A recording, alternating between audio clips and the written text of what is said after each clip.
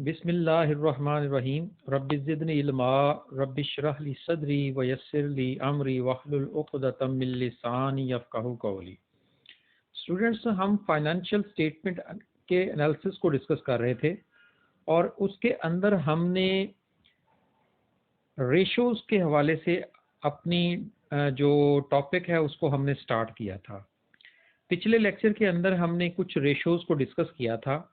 आज हम उसी लेक्चर को आगे मज़ीद कंटिन्यू करेंगे और इसके अंदर हम कुछ मज़ीद जो फाइनेंशियल स्टेटमेंट्स को एनालाइज करने के लिए जो रेशोज़ इस्तेमाल की जाती हैं उनके ऊपर हम अपनी डिस्कशन करेंगे। ठीक है, इसके अंदर आज हम जिन रेशोज़ को डिस्कस करेंगे उसके अंदर एक तो डेट रेशो है, डेट, और दूसरे नंबर के ऊपर जो है मार्केट वैल्यू रेशोज़ आ जाती हैं। ठीक है, डेट रेशो के अंदर भी हम दो रेशोज़ को डिस्कस करेंगे, एक डेट टू कैपिटल रेशो आएगी और दूसरी टाइम इंटरेस्ट अर्न रेशो आएगी। ठीक है, और मार्केट वैल्यू रेशो के अंदर जो है हम मार्केट अपना प्राइस अर्निंग रेशो को डिस्कस करेंगे, फिर उसके बाद मार्केट बुक रेशो को डिस्कस करेंगे और उसके बाद फिर हम अर्निंग पर शेयर को डिस्कस करेंगे। फिर उसके बाद हम लिमिटेशंस डिस्कस करेंगे कि फाइनेंशियल स्टेटमेंट के एनालिसिस के दौरान जो है हमें किन लिमिटेशंस का सामना करना पड़ता है, और फिर हम फोकस जो एक फाइनेंशियल अकाउंटेंट जो करता है उसके और एक फाइनेंशियल मैनेजर के जो फाइनेंशियल स्टेटमेंट्स को देखने का जो अंदाज है उसको हम थोड़ा सा डिफरेंशिएट करेंगे। ठीक है, और उसके बाद हम ये देखेंगे कि फाइनेंशियल वेल्थ जो है उसको किस तरीके से मेजर किया जाता है, उसकी मेजरमेंट के टूल्स क्या है। ठीक है, डेट टू एसेट रेशो क्या चीज होती है? वो कहता है a commonly used ratio to measure the capital structure of a firm is debt to asset ratio. ठीक है, कि इससे हम क्या करते हैं कि ये एक कॉमनली रेशो इस्तेमाल की जाती है कैपिटल स्ट्रक्चर के हवाले से। ठीक है, जो कैपिटल स्ट्रक्चर जो होता है, कैपिटल स्ट्रक्चर क्या होता है? ये फाइनेंसिंग जो मिक्स होती है उसको हम कहते हैं कैपिटल स्ट्रक्चर जो है, जिसके अंदर डेट और इक्विटी का पोर्शन जो होता है वो क्या होना चाहिए। ठीक है, the greater the proportion of debt in financing mix the less willing creditor and investor would be to provide more finances to the company. ठीक है, नॉर्मली हमारी जो डेट की जो एक एक्सेप्टेबल जो रेशो जो समझी जाती है वो क्या होती है कि उसके अंदर जो एक हमारा जो डेट का पोर्शन है वो 60% होना चाहिए और कैपिटल का या इक्विटी पोर्शन जो है वो 40% होना चाहिए। ठीक है, अब उसके अंदर अगर हमारी जो अगर हम इस डेट को एसेट्स के हवाले से अगर हम देखें तो हमारा जो स्टेट बैंक ऑफ पाकिस्तान है वो हमें गाइडलाइन जो प्रोवाइड करता है वो कहता है जी कि अगर आपकी रेशो जो है ratio greater than 0.66 to 1 is consider alarming for provides of funds. ठीक है ना, कि अगर आपकी रेशो जो है इस रेशो को क्रॉस करती है, ठीक है, तो इसका मतलब है कि आपके लिए एक अलार्मिंग कंडीशन होगी। ठीक है, इस रेशो को कैलकुलेट करने के हवाले से हमारा फार्मूला क्या होता है? टोटल डेट्स को हम जो है टोटल जो एसेट्स होते हैं उसके ऊपर डिवाइड करते हैं, तो हमारे पास इससे नीचे रेशो आनी चाहिए या कम से कम इसके अंदर अंदर रहनी चाहिए। ठीक है, दूसरे नंबर पर जो रेशो है वो है डेट टू इक्विटी रेशो। ये जो अभी मैंने आपके साथ डिस्कस किया कि 60% आपका डेट पोर्शन होना चाहिए और 40% आपका इक्विटी पोर्शन होना चाहिए। ठीक है, तो फिर जो है आपकी जो एक रेशो जो है उसको एक कंसिडरेबल जो है वो उसके हवाले से समझा जाएगा कि ये एक आपके हवाले से बिजनेस के हवाले से एक अच्छी रेशो कंसीडर की जाएगी। ठीक है, इसको कैलकुलेट करने का फार्मूला जो है वो क्या है? टोटल डेट्स को हम टोटल इक्विटी के ऊपर डिवाइड करते हैं, तो हमारे पास जो है एक रेशो जो निकलती है वो एक परसेंटेज की शक्ल में जो है वो निकलनी चाहिए, यानी कि अगर हम उसको 100 के साथ मल्टीप्लाई करेंगे तो वो परसेंटेज में आ जाएगी। ठीक है, तो वो एक रेशो जो भी आती है वो अगर इसकी राउंड अबाउट होगी तो वो आपके लिए एक अच्छी रेशो कंसीडर होगी। ठीक है, उसके बाद time interest earn reflects the ability of a firm to pay its financial charges. ठीक है, ये कंपनी की जो एबिलिटी होती है बेसिकली फाइनेंशियल चार्जेस को पे करने के हवाले से, उसके हवाले से ये रेशो होती है। दिस रेशो इज ऑब्टेन्ड, ये इसको हम किस तरीके से कैलकुलेट करते हैं कि earning before interest, income tax जो होती है उसको हम डिवाइड करते हैं इंटरेस्ट चार्जेस के ऊपर। तो हमारे पास जो है वो एक रेशो निकल आती है time interest earn ratio. Normally जो है हम इसको यूं समझते हैं कि अगर आपका जो इसको कवर करने के हवाले से आप 4 टाइम्स जो है वो इंटरेस्ट को अगर आप चार्जेस आपकी अर्निंग जो है वो कवर करती है, तो इसका मतलब है कि आप कंपनी का एक परफॉर्मेंस जो है वो बेहतर होगी।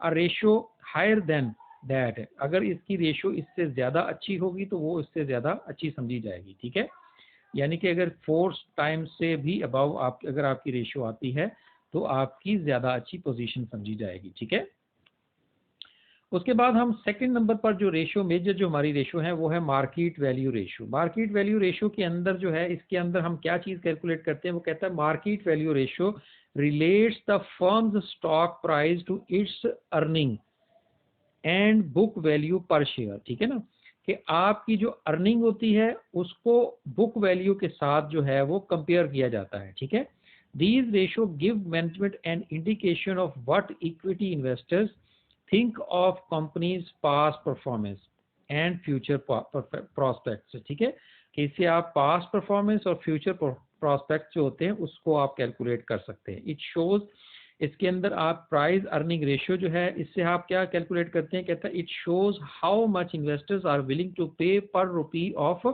रिपोर्टेड प्रॉफिट्स, कि इसमें कितने इन्वेस्टर्स जो हैं वो आपको पर रुपी जो आपका प्रॉफिट है उसके बदले में जो है इन्वेस्टर्स जो है वो इन्वेस्ट करने को तैयार होते हैं।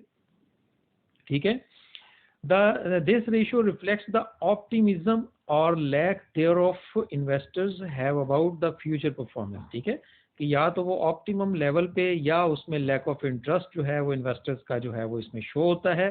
और इसको कैलकुलेट करने का तरीकाकार क्या होता है, मार्केट प्राइस पर शेयर जो होती है उसको हम अर्निंग पर शेयर के ऊपर जो है वो कैलकुलेट करते हैं। ठीक है, तो वो हमारे पास जो है वो प्राइस अर्निंग रेशियो निकलती है। ठीक है, ये अर्निंग प्राइस पर शेयर जो है इसको कैलकुलेट करने का क्या फार्मूला होता है, net income divided by average number of common shares जो होते हैं, तो हमारे पास अर्निंग पर शेयर निकल आती है। ठीक है, दूसरे नंबर पर जो इसमें रेशो आती है वो है मार्केट बुक रेशो।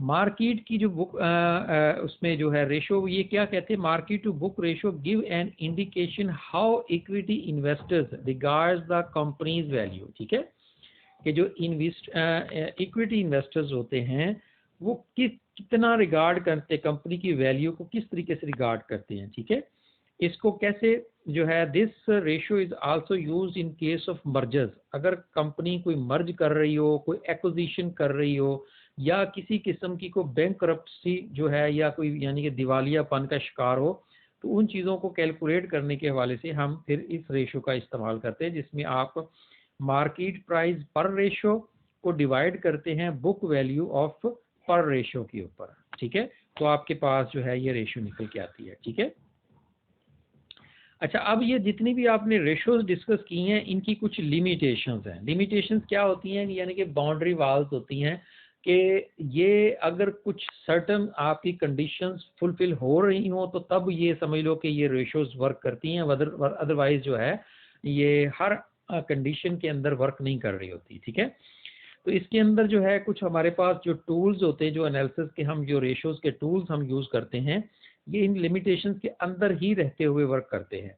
मसलन financial statements is analysis is generally outdated because of historical cost basis. ठीक है, कि हम लोग जो है जिन चीज़ों के ऊपर जो है रेशोज कैलकुलेट कर रहे होते हैं, ये तमाम जितनी भी इनके जो होती हैं वो सारी हिस्टोरिकल बेस्ड के ऊपर वर्क कर रही होती है। मसलन आपकी बैलेंस शीट जितनी भी होती है उसके अंदर एसेट्स की वैल्यू या जितने भी आपके उसमें जो चीज़ें ली जा रही होती हैं एसेट्स वगैरह, वो सारे हम हिस्टोरिकल बेसिस के ऊपर रिकॉर्ड करते हैं। तो इस वजह से आपको मौजूदा जो मार्केट वैल्यू हुआ वो इसकी आपकी कैलकुलेट नहीं हो पाती, ठीक है, जिसकी वजह से आप सही मानों में डिसीजंस भी नहीं आप ले सकते। एक रुपीस की वैल्यू जो है वो कांस्टेंट रहती है, जबकि मार्केट के अंदर हमारा जो एक एनालिसिस होता है वो इन्फ्लेशन को कंसीडर करते हुए होता है, ठीक है, यानी कि हमारी मार्केट में इन्फ्लेशन का एक बहुत बड़ा रोल होता है, जिसकी वजह से हम जो है इन रेशोज को यूज करते हुए सही मानों में फाइनेंशियल स्टेटमेंट से वो फायदा भी नहीं हासिल कर सकते, ठीक है। अच्छा, financial statement analysis is limited by the fact that financial statements are window dressed. Window dressed mean क्या होता है कि जो अकाउंटेंट आपको जो चीज पिक्चर दिखा रहे होते हैं, हम बाज दफा वही उसी को उस अंदाज में ले रहे होते हैं, ठीक है। इसमें बाज दफा क्या करते हैं कि जो अकाउंटेंट होते हैं वो अंडर स्टेटमेंट आपको चीजें बता रहे होते हैं, बाज दफा वो ओवर स्टेटमेंट फाइनेंशियल फैक्ट्स जो होते हैं वो बता रहे होते हैं, ठीक है। तो जिसकी वजह से आप जो है सही पिक्चर आपके सामने नहीं आती फाइनेंशियल स्टेटमेंट्स की, ठीक है। फिर तीसरे नंबर पर जो इसमें फैक्टर आ जाता है वो है different companies use different accounting standards for inventory depreciation वगैरह वगैरह के हवाले से, ठीक है। क्योंकि हर कंपनी जो होती है वो बाउंड नहीं होती, वो कोई कंपनी जो है वो डेप्रिसिएशन के हवाले से स्ट्रेट लाइन मेथड इस्तेमाल करती है, कोई डिमिनिशिंग इस्तेमाल करती है। इसी तरह से इन्वेंट्री जो होती है वो कोई फाइफो इस्तेमाल कर रही होती है उसके लिए मेथड, कोई लाइफो इस्तेमाल किया जा रहा होता है, किसी जगह पे वो एवरेज इस्तेमाल कर रहे होते हैं। तो मुख्तलिफ जितने भी मेथड्स मुख्तलिफ कंपनीज जो इस्तेमाल कर रही होती हैं, उनकी वजह से क्या होता है कि फाइनेंशियल स्टेटमेंट्स की जो उसकी जो पिक्चर होती है वो मुख्तलिफ होती है, ठीक है। तो आप एक कंपनी को दूसरी के साथ सही मानों में कंपेयर नहीं कर सकते, वो एक मिसलीडिंग कंडीशन आ जाती है, ठीक है। फिर चौथे नंबर पर जो इसमें हम वो कहता है जी कि financial statements just presents a few static snapshot of the business financial health but not the complete moving picture, ठीक है ना। इसमें फ्यूज यानी कि बहुत लिमिटेड पैमाने के ऊपर जो है वो आपको पिक्चर कशी की जा रही होती है, ठीक है। It is difficult to say based on financial ratios whether a company is healthy or not because that depends on the size and nature of the business, ठीक है। कि आप खाली फाइनेंशियल स्टेटमेंट्स के ये जो रेशोज का इस्तेमाल करते हुए अगर आप इसको कंसीडर करेंगे तो वो आपकी सही मानों में पिक्चर नहीं होगी, क्योंकि अगर आप ये कह दें कि ये रेशोज अगर आपकी बेहतर हैं और कंपनी आपकी स्ट्रांग है तो ऐसा सही मानों में नहीं हो पाता, ठीक है। बहुत सारी चीज़ें जो है इसके अंदर जो है वो मिस रिप्रेजेंट की जा रही होती हैं, या बहुत ज़्यादा अंडर स्टेटमेंट की कंडीशन में, या बाज़ दफ़ा ओवर स्टेट की बताया गया रहा होता है। तो इस तरीके से कुछ लिमिटेशंस के अंदर रहते हुए हम एस्टिमेशन करते हैं, ठीक है। अच्छा, अब उसके बाद आ जाता है फोकस करना, कि एक फाइनेंशियल अकाउंटेंट और एक फाइनेंशियल मैनेजर जो है वो किस तरीके से चीज़ों को फोकस कर रहा होता है। जो फाइनेंशियल अकाउंटेंट होता है वो बेसिकली हिस्टोरिकल वैल्यूज जो होती हैं उनको जो है वो प्रेजेंट करता है और उनके ऊपर रहते हुए अपनी स्टेटमेंट्स जो है वो बनाता है, ठीक है। और फिर उसके बाद इसके अंदर जो दूसरे नंबर पर जो होता है वो अक्रूवल प्रिंसिपल्स जो होते हैं अकाउंटिंग के, उनको वो फॉलो कर रहे होते हैं, ठीक है। जिसके अंदर अक्रूड एक्सपेंसेस भी लिए होते हैं, यानी कि उधार बेसिस जो रेवेन्यू या इस तरह की चीज़ें होती हैं, ठीक है। जबकि फाइनेंशियल मैनेजर जो होता है वो मार्केट वैल्यू के मुताबिक चीज़ें चल रही होती है, जिसके अंदर वो कैश फ्लो और उसके जो एक इनफ्लो या आउटफ्लो हो रहा होता है उस चीज़ को वो देख रहा होता है, ठीक है। तो इस तरीके से उसका फोकस करने का जो अंदाज होता है वो मार्केट या करंट सिनेरियो या इन्फ्लेशन को कंसीडर करना, जबकि जो फाइनेंशियल अकाउंटेंट होता है वो हिस्टोरिकल बेस्ड जो इंफॉर्मेशन होती है उसको कंसीडर करता है, ठीक है। How to most logical clearly and complete represent the financial, जो फाइनेंशियल अकाउंटेंट होता है वो इन चीज़ों को फॉलो करता है कि उसकी एक जो रिपोर्ट्स हैं वो लॉजिकल हों, क्लियरली हों और एक कंप्लीट पिक्चर कशी कर रही हो। जबकि जो फाइनेंशियल मैनेजर होता है वो क्या करता है, वो उसका मकसद क्या होता है कि वो बेस्ट एसेट्स जो होते हैं उनको पिक करे और लायबिलिटीज़ को पिक करे और उससे एक ऐसा पोर्टफोलियो जो है वो स्टेब्लिश करे जिससे बिजनेस जो है उसकी वेल्थ में और उसकी जो कह लें कि शेयर होल्डर्स को देने के हवाले से उसकी जो प्रॉफिट मैक्सिमाइजेशन है वो भी ज़्यादा से ज़्यादा हो, मैक्सिमाइजेशन की तरफ हो, यानी कि वेल्थ भी मैक्सिमाइज हो और प्रॉफिट भी मैक्सिमाइज हो। ठीक है। अच्छा, अब एक चीज़ जो होती है मेजरमेंट ऑफ फाइनेंशियल जो है वेल्थ, कि हम फाइनेंशियल वेल्थ की किस तरीके से मेजरमेंट करती हैं, उसको मेजर करने के हवाले से हमारे पास दो टूल होते हैं। एक तो होता है मार्केट वैल्यू एडेड, यानी कि वो क्या कहता है, market value added is a measure of wealth added to the amount of equity capital, कि आपकी इक्विटी कैपिटल के अंदर कितनी अमाउंट जो है वो एडेड की गई है। ठीक है। Provided by the share holders, share holders ने कितनी उसके अंदर अमाउंट ऐड की है। और इसको कैलकुलेट करने का तरीकाकार क्या होता है कि मार्केट वैल्यू ऑफ इक्विटी में से हम माइनस करते हैं book value of equity of capital, तो हमारे पास मार्केट वैल्यू एडेड निकल आता है कि कितना आपकी कंपनी में ऐड किया गया है, आपकी वेल्थ के अंदर कितना ऐड हुआ है। ठीक है। अब इसकी जो करेक्टरिस्टिक्स हैं वो क्या है, कहता है it is a cumulative measures, इससे आप एक कम्युलेटिव एक इकट्ठा एक आपके पास मेजरमेंट निकल आती है, जिससे आप जान लेते हैं कि जी आपकी जो शेयर्स हैं उसके अंदर जो है कितना परसेंट जो है वो कह ले के मार्केट ने कंट्रीब्यूट किया है, मार्केट की वैल्यू का एडिशन किया कितना है उसके अंदर। ठीक है। और फिर उसके बाद हाउ मच मोर लेस और value the measurement management has succeeded in adding. ठीक है ना, मैनेजमेंट भी कितना इसमें सक्सीड हुई है, कामयाब हुई है ऐड करने के हवाले से। ठीक है। और फिर उसके बाद इंसेंटिव अगर आपने देने हो सीई को जो चीफ एग्जीक्यूटिव ऑफिसर होता है, तो उसके हवाले से भी इसको यूज किया जाता है। ठीक है। दूसरा जो हमारा टूल होता है वो है इकोनॉमिक वैल्यू एडेड। ठीक है, कि economic value added on the other hand focus on the managerial effectiveness. ठीक है, कि इसके अंदर हम जो मैनेजेरियल इफेक्टिवनेस होती है उसके ऊपर हम फोकस करते हैं कि वो कितनी है, एक साल के अंदर कितनी मैनेजेरियल इफेक्टिवनेस हुई। ठीक है। और इसको कैलकुलेट करने का तरीकाकार क्या है कि जी अर्निंग बिफोर इनकम टैक्स जो होती है उसमें से हम माइनस करते हैं कॉस्ट ऑफ कैपिटल को। ठीक है, कॉस्ट ऑफ कैपिटल को माइनस करें तो हमारे पास जो है इकोनॉमिक वैल्यू एडेड निकल आता है। ठीक है, जिससे आप एक साल का जो आपका जो इकोनॉमिक एडिशन जो होता है वो इसमें कैलकुलेट कर सकते हैं। और फिर दूसरे नंबर पर जो है इसके अंदर जो एक छोटी सी एक चीज़ जो आप साथ में देखेंगे वो होता है कि इससे आप कैलकुलेट करना आपके लिए जो मुश्किल होता है कि आपने ऑपरेटिंग प्रॉफिट जो होता है ना वो आपका डिपेंड कर रहा था मुख्तलिफ मेथड्स के ऊपर, जिसमें डेप्रिसिएशन के हवाले से भी अभी हमने डिस्कस किया, इन्वेंट्री के हवाले से डिस्कस किया, या इसी तरीके से लीजिंग ट्रीटमेंट जो होते हैं। ठीक है, तो इससे आप जो है कंबाइनली जो है ना आपका एक थोड़ा सा कह लें कि आपको जो मुश्किल पेश इसमें आएगी वो ये होगा कि जब आप कॉस्ट ऑफ कैपिटल को कैलकुलेट करेंगे या अगर अगर आप एक ऑपरेटिंग प्रॉफिट को कैलकुलेट करेंगे तो वो चीज़ जो है वो फिर आपके लिए एक थोड़ी सी एक मुश्किल कंडीशन की बनेगी। ठीक है, जिसमें आपको मुख्तलिफ किस्म की कंपनीज को कंपेयर करने के हवाले से मुख्तलिफ जो है वो टूल्स को इस्तेमाल करना पड़ेगा। ठीक है स्टूडेंट्स, यहाँ तक हमने मुख्तलिफ किस्म की रेशोज़ को डिस्कस किया और उन रेशोज़ से हमने फाइनेंशियल स्टेटमेंट के एनालिसिस करने का एक